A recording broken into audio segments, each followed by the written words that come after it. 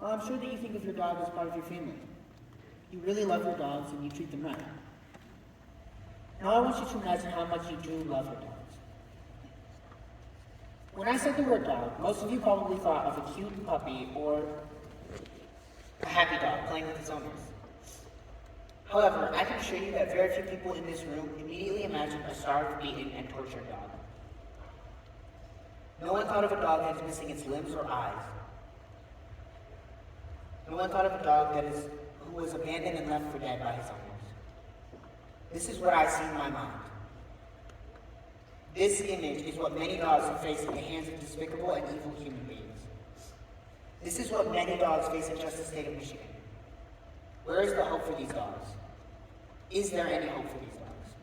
Good morning. My name is Emerson Dog, and today I'll be telling you about the amazing work that rescue groups do for dogs. Dog rescue organizations have many different aspects within them. The work that they do is vast. The three main aspects of dog rescue organizations that I will be sharing with you today are finding and rescuing abused and abandoned dogs, providing medical care and rehabilitation, and facilitating foster care and adoption. The first step of dog rescue is to find and rescue abused and neglected dogs. There are several ways that dog rescue organizations can find dogs in need. These ways can include receiving a call from someone who sees a problem, having someone bring a dog to the rescue, or sending workers from the rescue to go out and look for dogs.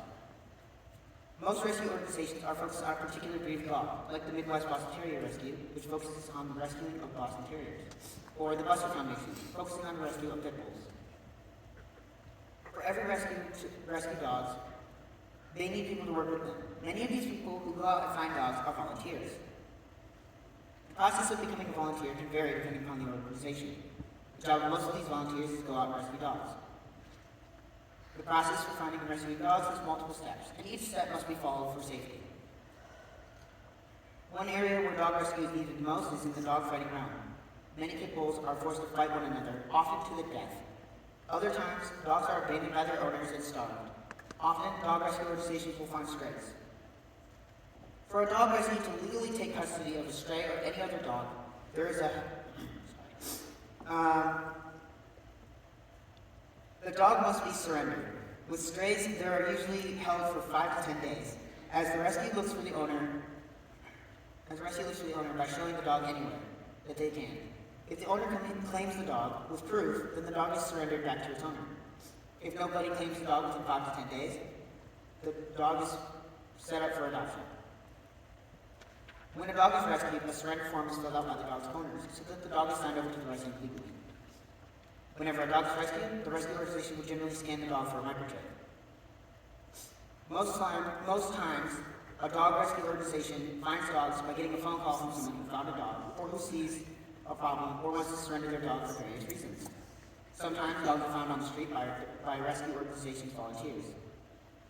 The places most common to find dogs are abandoned in the city. People who got a puppy and didn't realize how much work it is to have one, and people who start a family and the dog no longer fits in.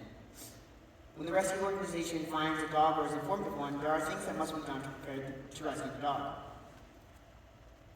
Rachel Johns, one of my interviews from the Buster Foundation, stated, quote, "We like to have fosters on standby so that we can take the dog in. We also have a vet on our board in case any medical questions arise. We also have trainers in the case of an aggressive dog needing assistance. Other than that, we also must ensure that we take a crate, treats, maybe a blanket, a leash, and a collar to obtain the dog. Once the rescuer is ready, they will go out to the last reported sighting of the dog. When they get there, they will look for the dog first. After finding the dog, many rescuers will have specialized techniques that they use to rescue the animal. These techniques will often be slightly different. However, the one step that seems consistent in almost every single one of these is to gain the dog's trust. It is very important to talk to the dog in a soft and slow manner. My mentor, Diane Beck, told me that being vulnerable shows them that you are not out to hurt them. It can show them that you can be trusted. An example of a unique method for getting trust that my mentor has is that, quote, "I will even lay on the ground to show them that I am harmless. I get to their level or below their level. It shows them that you are not a threat." Both Rachel Johns and Diane were clear that when attempting to approach a dog and rescue it, one of the most important things is to never look the dog in the eyes. Diane told me, "It's like if I were to just sit here and stare at all of you. It makes you feel intimidated, am I right?" It's exactly how the dog feels. It's It's the exact same. These techniques are universal for rescuing dogs. However, not every dog is the same. In fact, some of the dogs that dog rescues will find are aggressive. Most rescuers will handle these dogs using time-tested techniques. If a dog is acting aggressive, the best thing to do is to stay back and contact someone with experience with aggressive dogs. There are numerous methods that can be applied when dealing with an aggressive animal. Using a slip pole can be very helpful with this. As indicated earlier, it is best to try and gain the dog's trust. However, if it is not working and there is no progress, it is best to try another method. The thing many rescuers have found effective is getting a collar and a leash on the dog. This will often make the dog much more calm. It can help the dog to stop worrying about and being afraid because someone else is in control, and the dog no longer must worry about everything. When dealing with an aggressive dog, avoiding eye contact, turning to the side, and staying calm are all essential to, while approaching are all extremely important to rescuing it. When a rescuer finds the dogs are almost always going to growl or bark at the person. That's because they do not know who this is. This does not necessarily mean that the dog is aggressive. In fact, most of the time, the dog will just be afraid. Keeping the body low and staying calm are both important to rescuing aggressive dogs. When the rescuer first approaches the dog, reading the body language of it will often tell if the dog is truly aggressive or just afraid. After gaining the dog's trust, the next step of the rescue process is to provide medical care. When a dog is rescued, there are usually common medical needs that it may have. These needs can include worms, infection, fleas, ticks, etc. These medical needs can be taken care of by a veterinarian. This can usually be done as soon as the dog is rescued. However, sometimes the dogs can be found with other serious and more immediate medical needs. Before I go on, I would like to issue a trigger warning. The next session involves animal abuse, cruelty, and the images may be disturbing. These severe injuries can include malnourishment, scars, broken limbs or ribs, missing teeth, severe bruises, and scarring from being beaten by their owners, and many more abhorrent things. I need to stop here and tell you that this idea truly saddens me. I cannot personally imagine anyone doing this to such loving and amazing animals. However, this happens to so many dogs. This is a real issue. When a case like this happens, the dog may be extremely fearful and may become aggressive. The rescuer must be quick to get the dog to an emergency vet care. In the case of pit bulls being used for illegal fighting, dog fighting, some have been pulled behind cars to build their stamina, causing their necks to become scarred from heavy logging chains and collars. Many pit bulls will lose eyes, limbs, and lips in their fights. It is difficult to tell if these dogs, generally the victors of these fights, were given a better fate than those who were killed within them. The dogs who lost the fights were typically hung, drowned, or electrocuted by their abusers, if they survived. Many of the fighting dogs were raised in isolated areas tied to a tree or an axe buried in the ground. The only interactions with other living beings are with their abuser or when they fight another dog. When a dog is rescued, they are typically found abused or abandoned. When a dog is found chained up and starved, it is easy to see that someone owns this dog and they are just choosing to abuse it. Other times, a dog will be chained up and left wherever, abandoned by their owner. In either scenario, the dog is abandoned to fend for itself. Abandoned and left to fend for itself. Some forms of abandonment are more common in certain places. In rural areas, dogs are frequently just dumped by their owners and left to fend for themselves. This practice takes advantage of and abuses one of the most common traits found in every dog, their loyalty. When a person dumps a dog on the side of the road in the middle of nowhere, the dog has no idea they are being abandoned. You can't just explain this to a dog. This is because dogs are loyal to their owners. So if a dog is left somewhere and their owner leaves them, the dog will imagine or assume that their owner will be back to come and pick them up. This is never the case. This is abusing the dog's loyalty. This is despicable. Many people who experience rescuing dogs will agree that the hardest part about rescuing any dog is knowing that someone could abuse or abandon dogs like this. It makes many people lose their hope for humanity. The truth is that when a dog is rescued, many times that is the first person that will show them love. Genesis 1:30 states, "And to all the beasts of the earth, and all the birds in the sky, and all the creatures that move along the ground, everything that has breath in it, I give every green plant for food." When a dog is rescued, there is always some level of mental and physical trauma to them. Being abandoned and abused by their owners takes a massive emotional and mental toll on a rescue dog.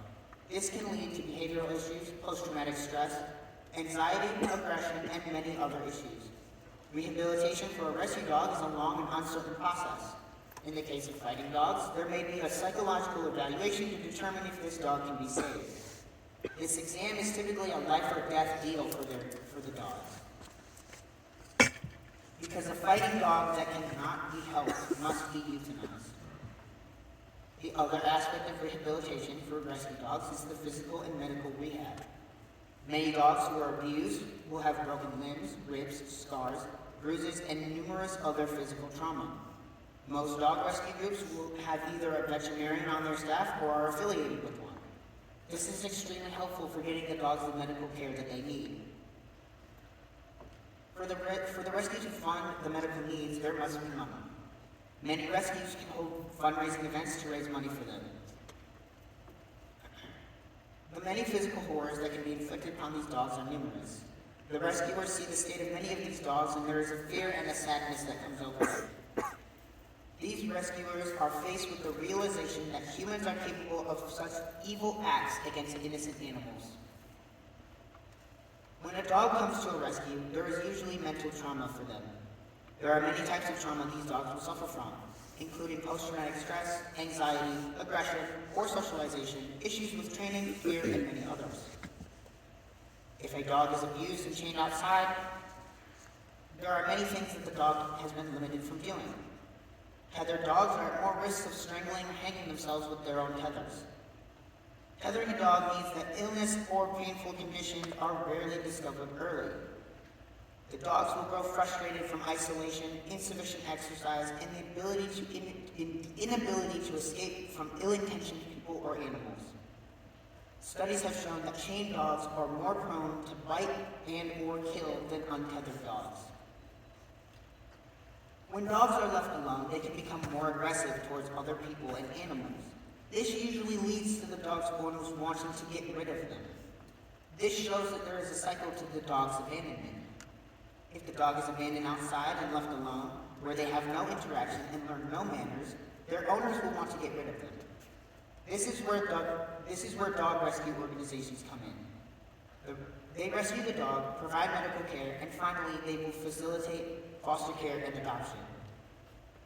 The next step for dogs is foster care. This is the area where most rescue organizations need help.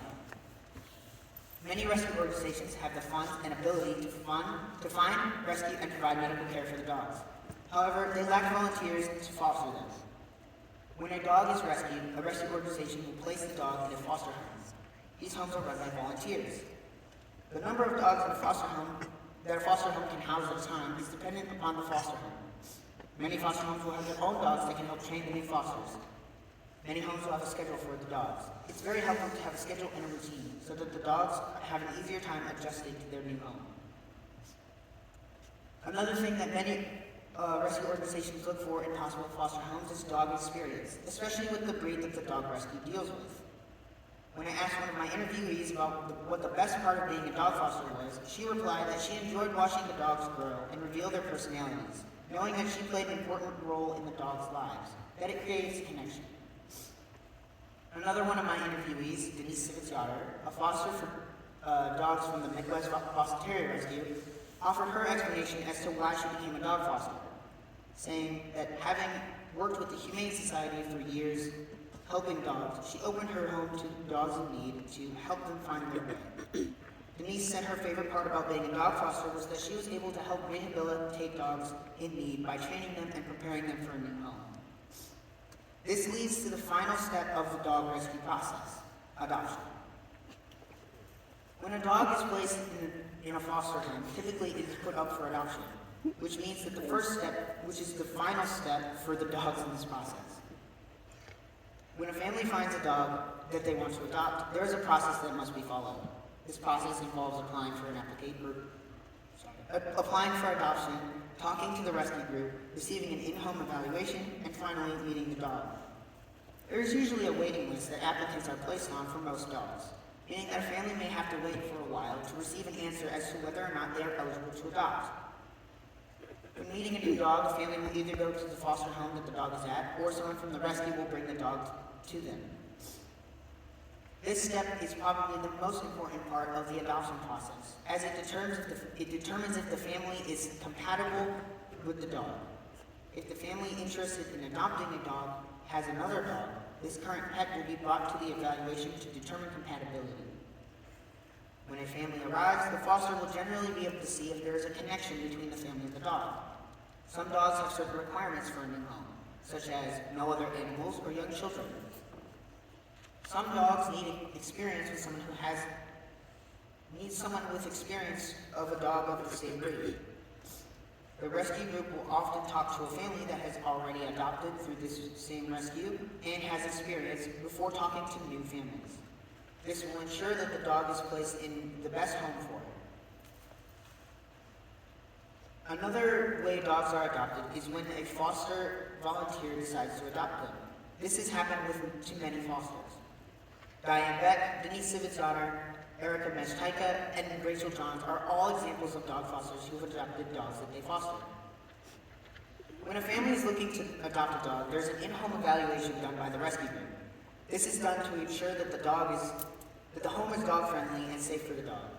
Once the dog is determined to be compatible with the family, the dog is ready to go home with their new family.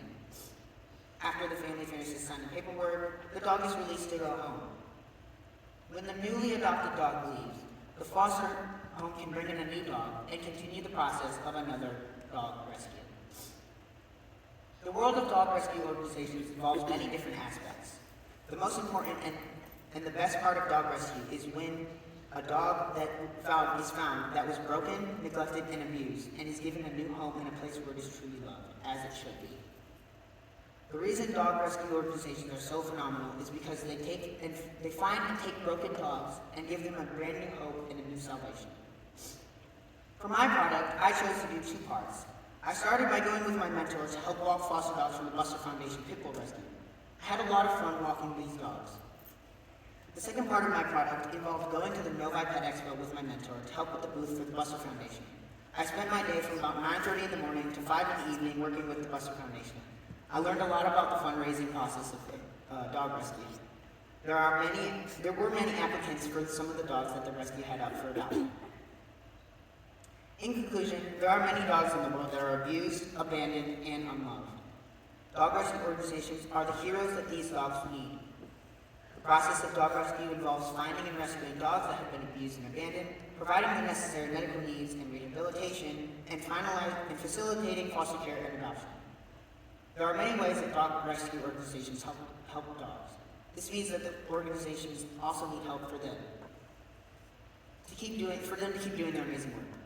Some ways people can help can include donating dog beds, food, leashes, collars, treats, and toys to dog rescue groups. Many groups have the option to donate money on their websites. Other ways include volunteering to help with fundraising or adoption events, volunteering to become a dog foster, and even adopting rescue dogs.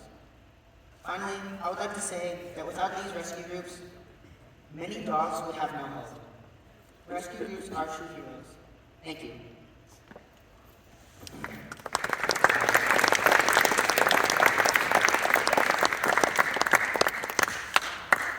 First, I would like to thank God for giving me the strength that I needed to do this project and for creating these amazing animals like dogs. I would like to thank my teachers, Mrs. Swaffield and Mrs. Webb, for guiding us through this project and providing all their help. I would like to thank my mentor, Diane Beck, for everything that she has done for me throughout this project and for providing her time and expertise on this topic and for keeping my hair in such excellent shape. For those of you who don't know, Diane is my hairstylist. That's why it looks so good. Thank you, Diane. I would like to thank all of my wonderful interviewees for all of the information that they provided to me. I could not have done this project without you. I would like to thank my classmates for encouraging me and making me laugh throughout this entire project. You guys are great.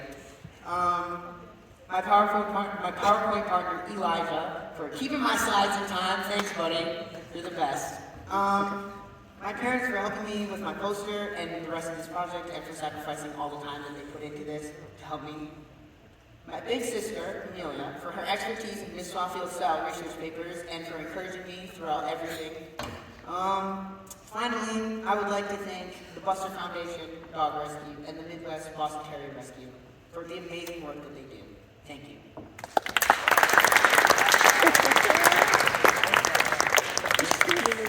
Are there any questions? Kaylin. Why did you choose this topic? I chose this topic. She asked, why did I choose this topic? I chose this topic because my family has had rescue dogs pretty much all of my life. And I really love dogs. I love my dogs. And this topic really interested me.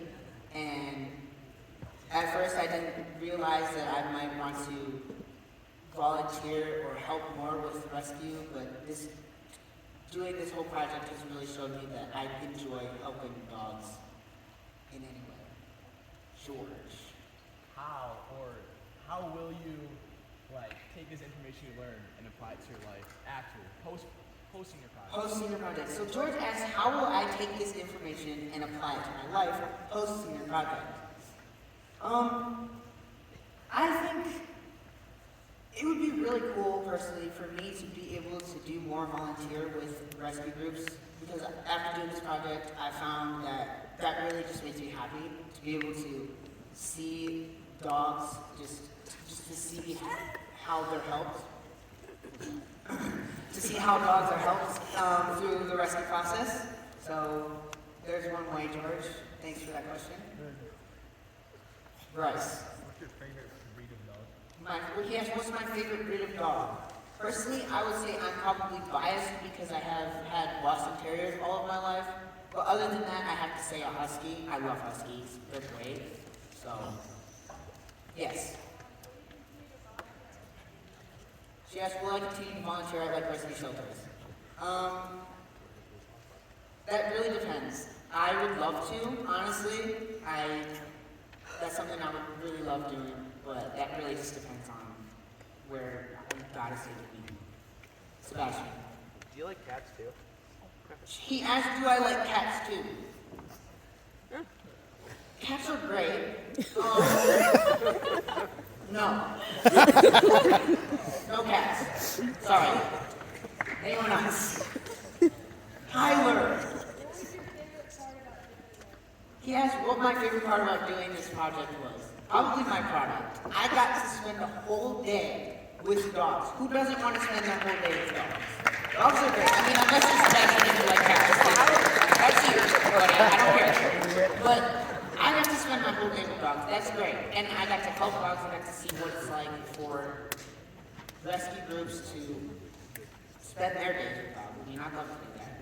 Anytime. Anytime anyone, Diane, if you got another thing for me to do, just let me know. Anyone else? Isabel. The names of, she asked, what are the names of my dogs? That's classified information. No, I'm kidding. My dog's names, I have two dogs. One of them's name is Winston. He's crazy. The other one is Ziva. She's deaf. Anyone else? Alright, thank you.